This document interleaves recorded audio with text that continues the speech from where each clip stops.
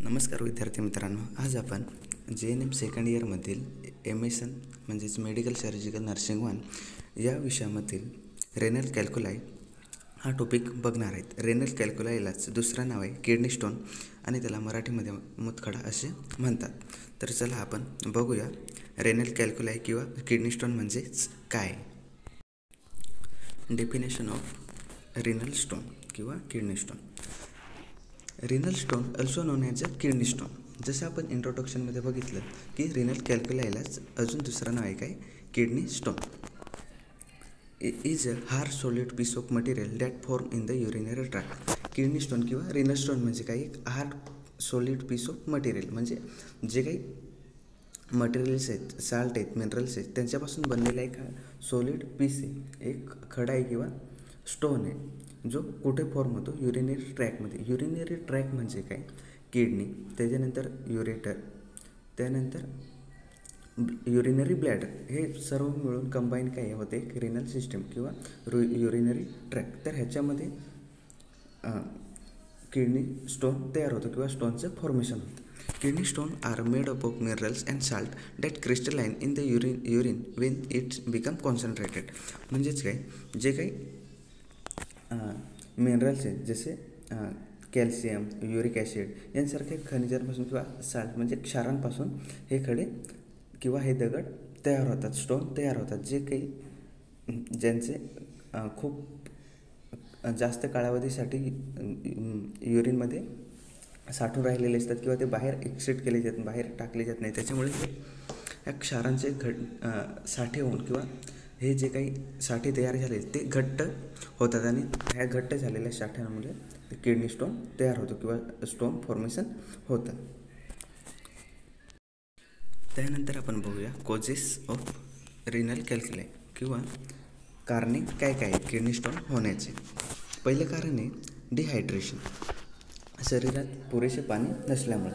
शरीरात पुरेसे पाणी नसल्याने काय होतं किंवा पुरेसे पाणी न प्यायल्याने मूत्र अधिक किंवा युरिन एकदम जास्त घट्ट होते आणि जे काही साल्ट आहेत किंवा मिनरल्स आहेत त्यांचं क्रिस्टलायझेस होण्याला सुरुवात होते आणि हे क्रिस्टलाइन जे काही युरिन घट्ट झाल्यानंतर त्यांचे क्रिस्टलायझेशन व्हायला तयार झाल्यानंतर ते कालांतराने किडनी स्टोनमध्ये किंवा जे काही युरिन घट्ट होते त्याचे रूपांतर किडनी स्टोनमध्ये होऊ शकते किंवा खड्यांमध्ये त्याचे रूपांतर होऊ शकतं. त्याच्यामुळे डिहायड्रेशन हे एक मेन कॉज आहे किडनी स्टोन होण्याचं.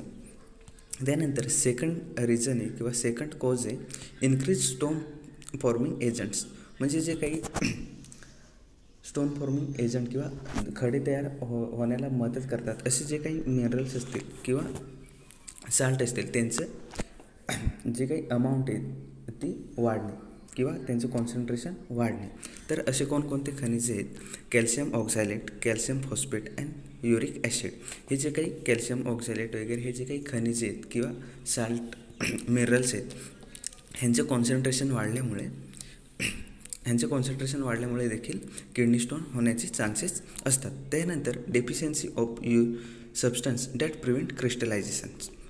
म्हणजेच काय, असे काही घटक असतात की जे युरिनला किंवा लघवी घट्ट होण्यापासून बचाव करतात किंवा रोखतात, प्रिव्हेंट करतात. तर ह्या घटकांची कमतरता झाल्यामुळे किंवा ह्या घटकांचे कॉन्सन्ट्रेशन कमी झाल्यामुळे सुद्धा किडनी स्टोन होण्याचे चान्सेस असतात. जसे की सायट्रेट, मॅग्नेशियम हे जे काही मिनरल्स आहेत ह्यांची जर डेफिशियन्सी असेल किंवा त्यांचं कॉन्सन्ट्रेशन कमी झालं त्याच्यामुळे सुद्धा किडनी स्टोन होण्याचे चान्सेस असतात. चौथं कारण आहे इन्फेक्शन म्हणजेच संसर्ग.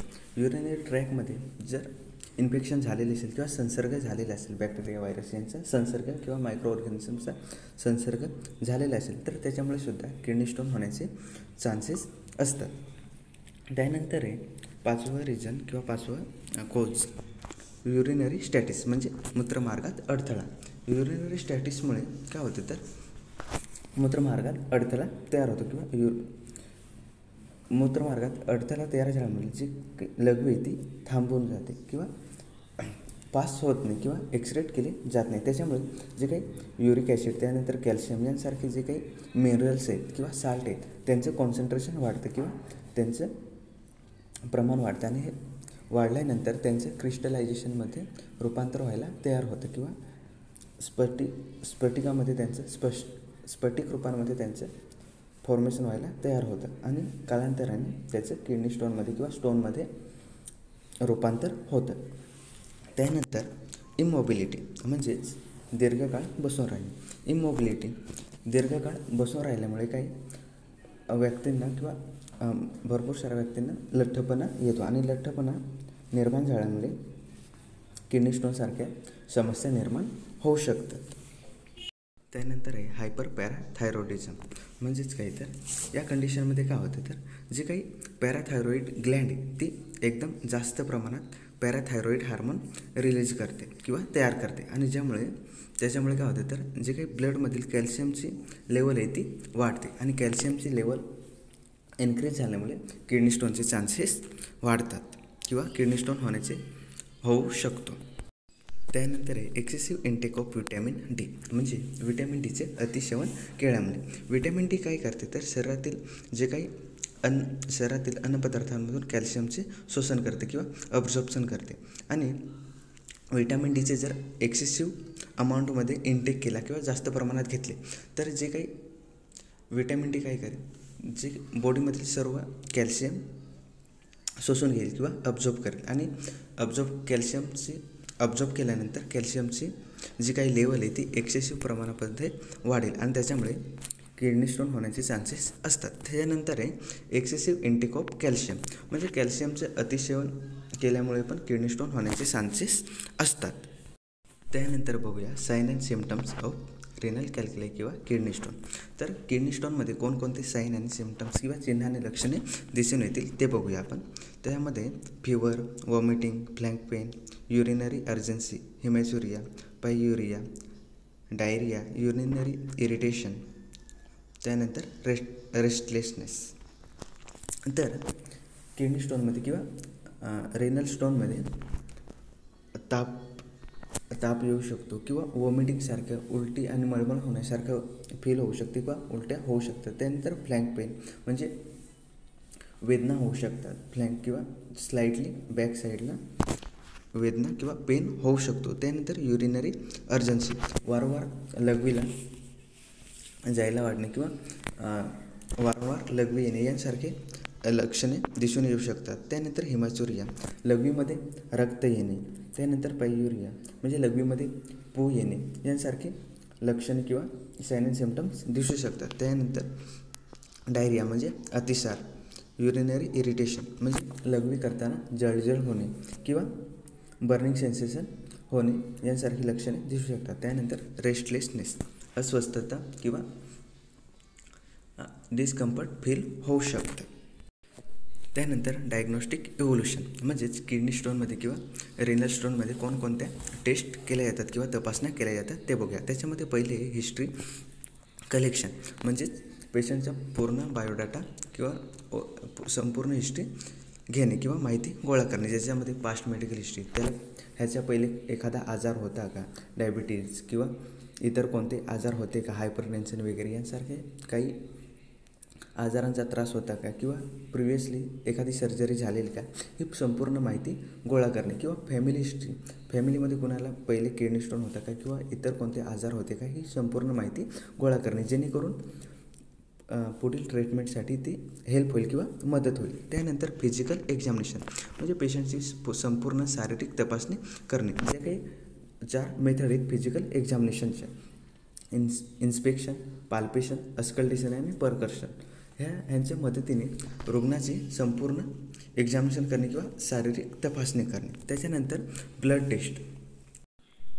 टेस्ट कशासाठी करतात तर ब्लड टेस्ट केल्यामुळे ब्लडमधील कॅल्शियम त्यानंतर युरिक ॲसिड आणि इतर क्षारांचे प्रमाण किती हे समजते आणि त्याच्यामुळे पुढील ट्रीटमेंट द्यायला किंवा पुढील उपचारासाठी मदत होते. त्यासाठी ब्लड टेस्ट केले जातात. त्यानंतर युरिन ॲनालायसिसमध्ये लघवीमधील जे काही घटक आहेत त्यांचे प्रमाण तपासले जाते किंवा प्रमाण समजते ज्याच्यामुळे मेन कोज आपल्याला समजून येतं म्हणजे किडनी स्टोन होण्याचे मुख्य कारण कोणते हे आपल्याला समजून येते ज्यामुळे आपण त्याला अप्रोप्रिएट केअर प्रोव्हाइड करू शकतो किंवा योग्य असे उपचार देऊ शकतो. त्यानंतर x ray, USG, kidney function test यांसारख्या टेस्ट केल्या जातात. त्यासाठी तर किडनी स्टोन फाइंड आउट करण्यासाठी किंवा त्याचे रोगनिदान करण्यासाठी. त्यानंतर आपण बघूया मॅनेजमेंटमध्ये आपण पहिले काय देणार तर ॲनाल्जेसिक, जे काही ॲनाल्जेसिक ड्रग्स असतात ते आपण देणार. ॲनाल्जेसिक ड्रग कशासाठी देणार तर टू रिड्यूस पेन और टू ट्रीट पेन, म्हणजेच वेदना कमी करण्यासाठी किंवा पेन कमी करण्यासाठी आपण ॲनाल्जेसिक देणार. त्यानंतर अँटीएमेटिक ड्रग्स नोझिया आणि वॉमिटिंग यांसारखे सिम्टम्स रिड्यूस करण्यासाठी किंवा ट्रीट करण्यासाठी अँटीएमेटिक ड्रग्स देणार. त्यानंतर IV फ्लुइड्स कशासाठी तर पेशंट जर डिहायड्रेट असेल तर ते डिहायड्रेशन ट्रीट करण्यासाठी किंवा शरीरातील पाण्याची पातळी भरून काढण्यासाठी IV फ्लुइड्स दिले जातात. त्यानंतर फॉस्फरस सोल्युशन देऊ शकतो, जेणेकरून जे काही कॅल्शियमचं प्रमाण वाढलेले त्यांचे क्रिस्टलायझेशन होऊ नये किंवा त्यांचं दगडांमध्ये रूपांतर होऊ नये, त्यासाठी आपण फॉस्फरस सोल्युशन देऊ शकतो. त्यानंतर सोडियम बायकार्बोनेट कशासाठी देणार तर जे काही युरिनचं ॲसिडिक नेचर आहे ते वाढू नये किंवा ॲसिडिक नेचर होऊ नये, त्यासाठी आपण सोडियम बायकार्बोनेट देऊ शकतो. त्यानंतर ॲलोपुरिनॉल देऊ शकतो, जेणेकरून युरिक ॲसिडचं कॉन्सन्ट्रेशन वाढू नये. त्यानंतर थायझाईड डाययुरेटिक देऊ शकतो, जेणेकरून कॅल्शियमचे कॉन्सन्ट्रेशन वाढू नये किंवा क्रिस्टलायझेशन होऊ नये. तर आज आपण रेनल स्टोन किंवा किडनी स्टोन बघितला. आशा करतो तुम्हाला लेक्चर समजलं असेल. त्याच्यामध्ये आपण रेनल स्टोनची definition, causes, sign and symptoms, diagnostic evaluation आणि मॅनेजमेंट बघितलं. लेक्चर आवडला असेल तर चॅनलला सबस्क्राईब करा, लाईक करा आणि कमेंट्स करा. धन्यवाद.